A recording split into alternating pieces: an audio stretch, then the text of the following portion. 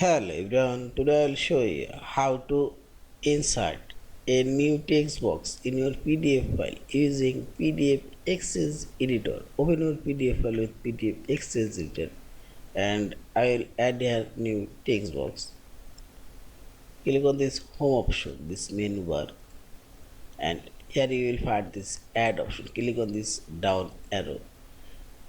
Now click here add text and do your mouse cursor. Here you will go to this text box. Now you can type your text here. Also you can copy and paste text here and see this.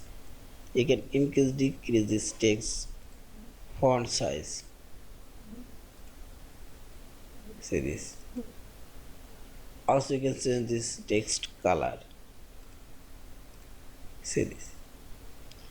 In this way you can add new text box, multiple text box and type your text, and you can increase decrease the text box area. Yeah, this is, and finally select this file option, save or save as in PDF file. Thank you for watching. Please subscribe, like, share and comments.